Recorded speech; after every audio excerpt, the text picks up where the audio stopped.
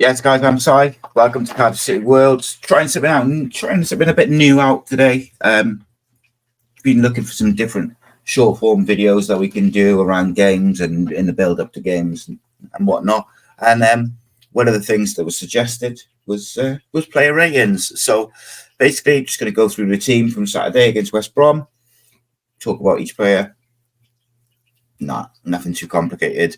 It's out of 10. For each player, 5 is all right. Anything above that is getting towards good, better, etc. And then below that is probably not.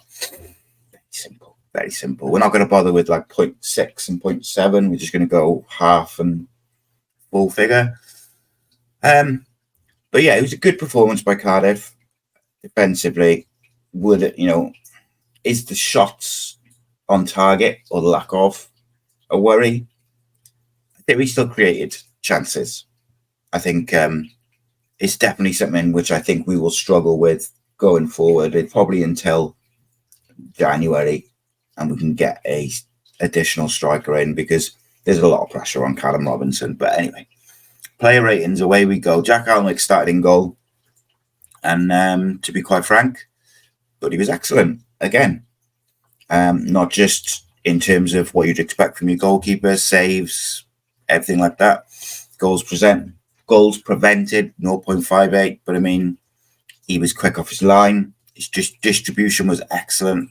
Accurate passes, 68%, sort of 23 out of 34. But away from home, you're going to have a bit more, long passes and giveaways. Long ball, yeah. So let's just looking at that. He had 16 long balls, only 5 hit their mark. What a ground jewel, was fouled. But yeah, generally, I think the stats, for a goalkeeper particularly, do not tell the whole story. He made some great saves in some big moments. And he's been, as I said yesterday on the Breakdown podcast, thought it was really clever to make him captain because I think it's helped Perry NG and Goutas and Chambers, who were out of form. And I think it's helped him as well. I think it's given him an additional focus. And he's been excellent in every way. Shot stopping, distribution, quick off his line, positioning, talking to his defence and organising. I always felt out of the 2 goalkeepers we had, senior goalkeepers, he was the one that the defence looked more comfortable with. And I think that's coming to fruition now. But yeah, I'm going to give Jack Alnwick I'm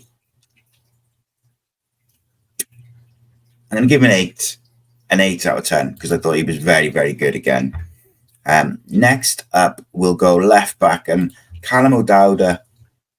So this is one where with Callum, I thought he might drop out of the side, for Joe Bagan, simply because we anticipated that Carlin Grant would play down that side and it might give them some trouble, or he might play on left and switch over.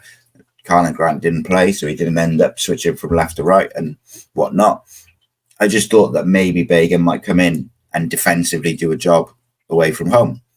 But look, going forward, Callum O'Dowda didn't get a lot of joy. He had expected assists of 0.1, like 0.01, which is not great. But he was playing left back, played 90 minutes, made 4 clearances, 3 tackles, won about 50% of his ground duels. Accurate passes was quite low, it was about 55%. Put 4 crosses in, one of which found a Cardiff player. His long ball accuracy, same, 5 balls, 1 accurate. He made 1 dribble attempt. So, I mean, for Callum O'Dowda, I thought defensively he did okay. He did a good job. He spent a lot of time penned back at left back, which is not his game, not where he wants to be. He wants to be attacking that space that El Ghazi creates and overlapping and getting forward. So I don't think Callum O'Dowda did much wrong, but attacking-wise, which is why he's there, let's be honest. Otherwise, we'd just play Bagan. He's there for his attacking output as well on that left-hand side and to give us width.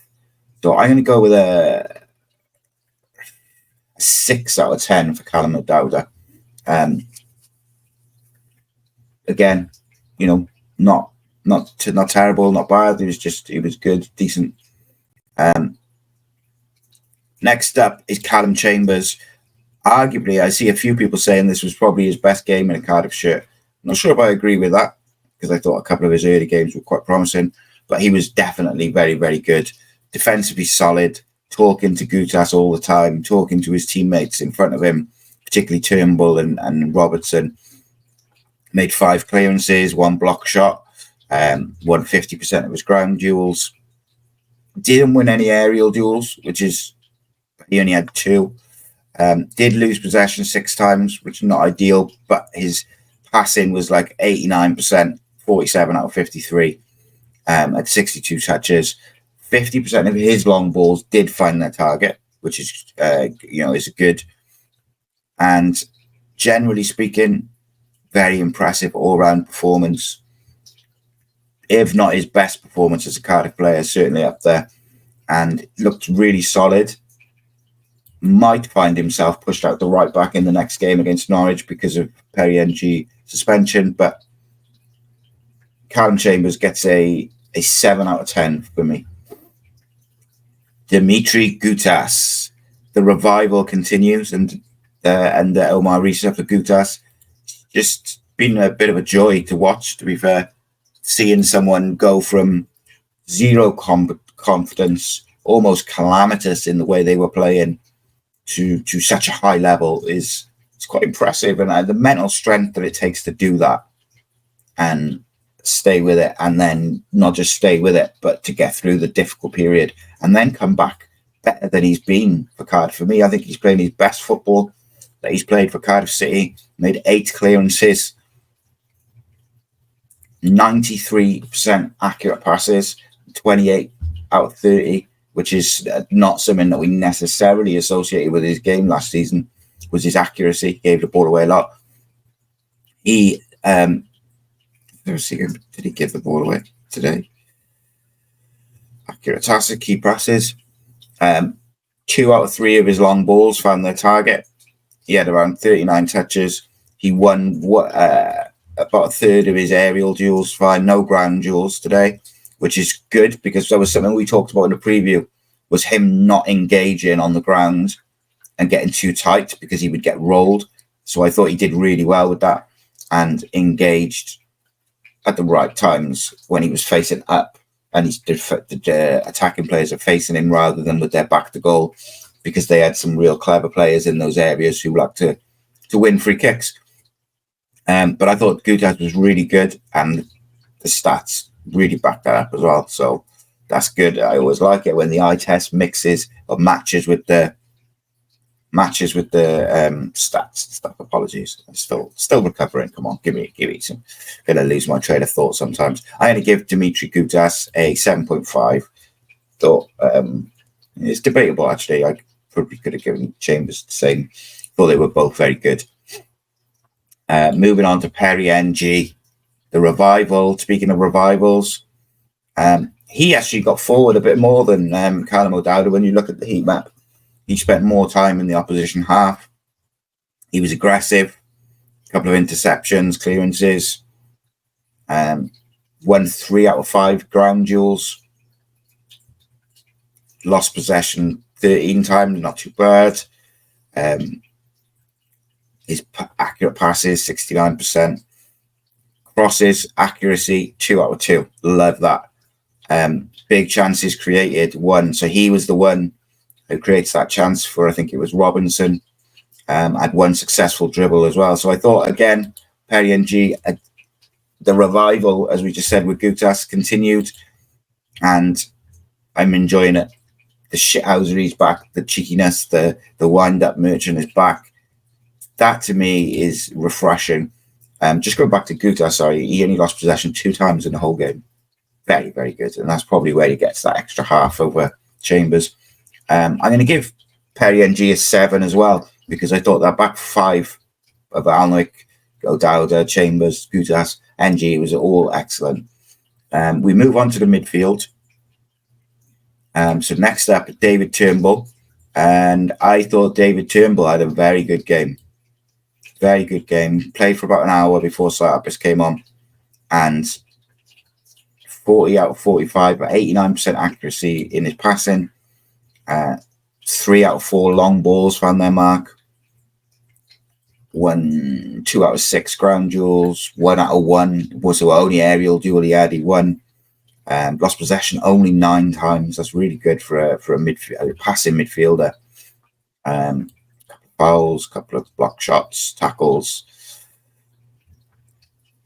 Very good, very tidy on the ball. And him and Robertson's partnership is really good at the moment. I'm really enjoying seeing it. And Cyprus is going to have to fight hard to get his place back in the side. And in fairness to him, Cyprus was pretty flawless when he came on, but Turnbull was really good. And I actually thought he probably was slightly better than Robertson. Not that Robertson was bad, but I would give Turnbull a 7.5 out of 10. Yeah, 7.5 out of 10. Alex Robertson, David Turnbull, 7 out of 10. Alex Robertson, a little bit quieter to the eye. So when I watched the game, I was like, not quite as effective. But actually, when you look at the stats and you look at his heat map and you look at everything he did, very, very tidy performance. 91% accurate passes, 29 out of 32. 1 cross found its mark. 3 out of 5 long balls found their mark. Won 50% of his ground duels, 100% of his aerial duels. Only lost possession 8 times. Won a few fouls. Had 5 interceptions. 1 block shot. Only got drilled past once. Very, very tidy performance. So what I would say with Alex Robertson is he set himself such a high standard that it seemed like he didn't have the best game. Like he was all right, but he didn't have the best game.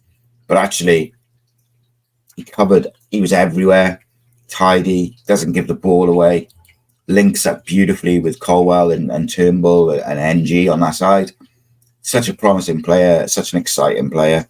I would give him a 6.5 to 7. I was like, had him as like half a mark behind Turnbull. I gave Turnbull a 7, and I don't feel like Alex Robertson was a 6.5. I thought both of them were good. And when I looked at Alex Robertson's stats, that kind of nudged it up a little bit for me. So I'm going to go with both of them as a 7, although I do think Turnbull was slightly more effective. Next up, Ollie Tanner. Played 78 minutes, which is good. He's staying on longer and longer. Hugged the touchline, cut in at the right times. Had an 85% accurate passes. It's fantastic for a winger. 34 touches. Did a lot of the dirty work. Did a lot of defensive work, helping out Perry NG. Really like his attitude at the moment. 1 long ball found his mark. 2 crosses didn't find their mark. Which in those away games, you need him to be accurate with that final ball because you're not going to make a lot of chances against teams like West Brom. Had 1 shot blocked. Won 50% of his ground duels and 50% of his aerial duels. Only lost possession 8 times, which is great for a direct attacking winger. A couple of fouls away. Had 1 block shot. Won a couple of tackles as well. I'm going to give Ollie Tanner. So this is where I've done myself in a bit. If I'd gone with the 6.7s and 8s, and it would have been easier. I'm going to give Ollie Tanner a 6.5. But again, 6.5 is good. Decent. Like 5 is average, 6 is pretty, better. 6.5 is, good. If you're hitting 7 out of 10 every week, you're a bloody good player. So, yeah, 6.5 out of 10 for Ollie Tanner. Ruben, we predicted in the preview that he wouldn't get as much room and he wouldn't be as effective as he had been previously. And I think that did and didn't come to fruition. So, he didn't give the ball away very much at all. Played 78 minutes. Accurate passes, 17 out of 18. 94% passing completion for those accurate passes. Didn't have any key passes. And I think that's where you could say he didn't get the same freedom that he has been finding in recent games. he was drifting over to that right, drifting around, free roll. But it was, he had no key passes, only one cross, which didn't find the mark, no long balls, 2 successful dribble attempts, one just under 50% of his ground duels, only lost possession 8 times in a game. I am taking that every day of the week, away from home from my number 10. I had 1 block shot, won a couple of tackles. So for me, I thought he did very well. He just couldn't find those little pockets and those areas where he could be really dangerous to create chances. And obviously we didn't create as many chances. We didn't hit the target once in the whole game. So, that's something which Ruben will find now. The better his form is, that people already know about him, the better his form is, people will target him. And I thought the likes of Moet and Rakic did a real good job. Paddy McNair as well, before he went off. Not Paddy McNair, the other one. Sammy AGI did a decent job on filling the space. They just cramped his space, but I still think he did very well. And I'll give him a 6.5 as well. Worked hard, got around, very good. Next up, Anwar El Ghazi. I was a little bit disappointed with El Ghazi because I felt like it's coming for him a little bit this most recently. And he stayed a bit wider than normal, probably because he was trying to support O'Dowda, I think, because O'Dowda wasn't getting forward as much, which meant we didn't have those overloads on the wide left. 73% accurate passes, 2 crosses and 1 long ball, both none found their mark, and 1 shot which was off target. Only one ground duel, 1 aerial duel, that was 6. Lost possession 10 times. Wasn't his day. He did get a couple of interceptions and stuff like that. I don't think he was terrible for me. Like it just wasn't his day. It wasn't what I was hoping to see from him. I fancied him to do a bit of damage yesterday and just didn't quite happen for him. But he's still finding his feet. He's still way off match fitness. It's another hour or so in the bank. And I'll give him a 6 out of 10. And then we have Callum Robinson. Callum Robinson went off injured after 69 minutes. Very disappointed to see him pick up an injury because he's been so important, not just with his goals, but the way he's playing in this system. And I worry that, as I mentioned yesterday on the Breakdown podcast, when we went into it in a lot more detail, I worry that this system will break down, for excuse the pun, if we don't play a similar striker to Callum Robinson up front, because this works so well. And when we have a Mate or a Kanga up there, we go very, very vertical and very direct very quickly. And that takes out Tanner, El Ghazi, Robertson, Colwell out of the game. And the triangles and little pass and move and stuff just doesn't happen. Robinson had an XG of 0.5 yesterday, which is not bad. He had 2 shots off target. There was the one he really should have scored, I felt. He had 1 big chance, hit the woodwork once as well. Had 21 touches. Didn't really give the ball away a lot. 80% accurate passes. He did have 3 long balls, but 2 of which found their mark, so that's good. 1 cross, which didn't. Only lost possession 5 times, which playing up front away from home on your own is pretty good. Worked tirelessly, got around everywhere. Still sometimes plays a little bit deep for my liking, but it is working with El Ghazi and Colwell and Tanner, so you can't knock him too much. It's clearly a bit of a tactic for him to drop into that sort of false 9, number 10 position, and the others go beyond him. And the passing link up to yesterday had been really good. Overall, I thought looked a little bit tired, Callum Robinson did. And it wasn't his day, but he did all right, though. I give him 6.5. But I thought he did all right. Just he'll be disappointed he didn't take that chance. In terms of substitutes, I'm not going to go through them in loads of detail, but I will say, like, Siopis came on for Turnbull about the hour mark. He had 67% accurate passes, sort of 2 out of 3. Didn't have loads of time. Won 3 out of 4 ground duels. Very good.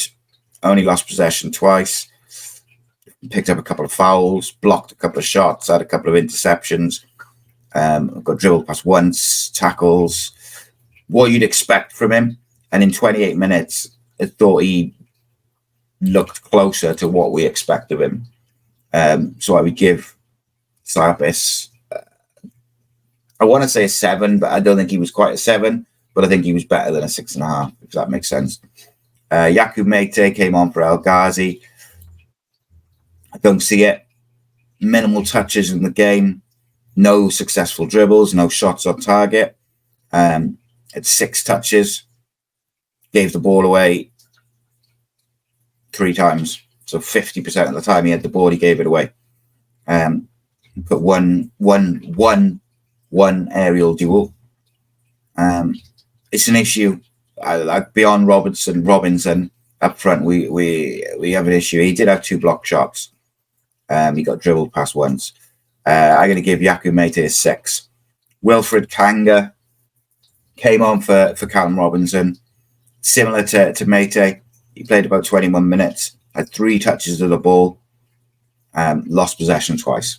I think that tells you everything. And unfortunately, if you only touch the ball 3 times in 20 minutes and you give it away twice and you're offside twice and you give 2 fouls away, it's not good, is it? Like, I could be kind and give a 5 out of 10, but it's not good at the moment. And if I'm being honest, I'd probably be like a 4.5 to 5 out of 10 for Wilfred Kanga. Joel Bagan. Though Bagan only came on for 12 minutes for Tanner to shore things up at the end. Blocked a shot. Didn't have any ground jewels. A couple of headers. Nothing. He didn't have a lot of time. So we'll just go with a 5 out of 10. 6 out of 10, something like that. Just for, okay. Didn't do anything wrong. Didn't do anything amazing. Chris Willock, the same. Only had 12 minutes. Can't expect him to do a lot. Had 5 touches, 100% accuracy in his passing. 1 long ball, found his mark. Had 1 out of 2 successful dribbles. 1 out of 2 ground jewels. Only lost possession twice. So had a little bit more of the ball than Bagan in the same time. And he looked after it. He looked after the ball, tried his best, worked hard. So I'll have that. So I'll give Chris Willock a 6. And that's it for the ratings. Omar Risa. What do we rate Omar Risa out of 10? This is where I have done myself out with these not having the points. I would go with, if I was being kind, I'd say 7 out of 10. But I'm gonna try to be with these player rating videos. I want to try and be as honest as possible. I'm gonna give him a 6 out of 10. Because I felt like it was not predictable, but it was easy to see that same 11 was going to be tired playing 3 games in a week. And I felt like this was the game where you could have made 1 or 2 little tweaks just to freshen it up a little bit, make us a little bit more, give us a bit more energy. But look, I admire that he stuck with the same 11. I admire that he stuck with Robertson and Turnbull away from home against West Brom, and they did all right. I'm really on board for that. So I think a 6.5 out of 10 would be about right.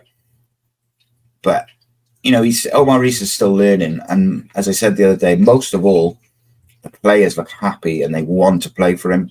A point away to West Brom is nothing to sniff at on paper, but football's not played on paper. And they haven't been in the best of form. And I do feel that if we'd freshened up a little bit, we could have got at them in the attacking areas. Like defensively, that back 7, with the keeper and the midfield, the back 4 and the 2 midfielders. I thought all of them back 7 were excellent. I thought the front 4 just looked a little bit leggy, a little bit tired, and they weren't able to find the same rhythm that they have done in previous games. But as is with anything on this channel, we want to hear what you think. Are my player ratings ridiculously good, ridiculously bad? Are they like, am I too kind? Should I be harsher on these player ratings? Like, what do you want to see? Do you want to see like brutal player ratings? So like a 7 out of 10 has to be really, really earned. Or do you kind of want to see what we've seen today, where it's like, average, sort of fair to middling in judgment, shall we say? But as always, want to hear your thoughts. Let me know your player ratings. Let me know who you play up front against Norwich. And I put this to the breakdown audience yesterday, and I'm going to put it to you guys to finish off. If you were Omar Risa, put yourself hypothetically in his shoes, how would you get the best out of Wilfred Kanga? If you assume you cannot send him back in January, how would you get the best out of him between now and the end of the season? I said my idea yesterday. Now I want to hear yours. Boys and girls, children of all ages, it has been an absolute pleasure as always. I will be back live, definitely on Friday, maybe Thursday. The boys will be able to flower hour on Wednesday. The Cardiff City phone in tonight. Matthew's vlog as well, tonight or today or tomorrow. So there's loads of content coming to Cardiff City World 7 days a week. 5 fans, 4 fans. Get involved.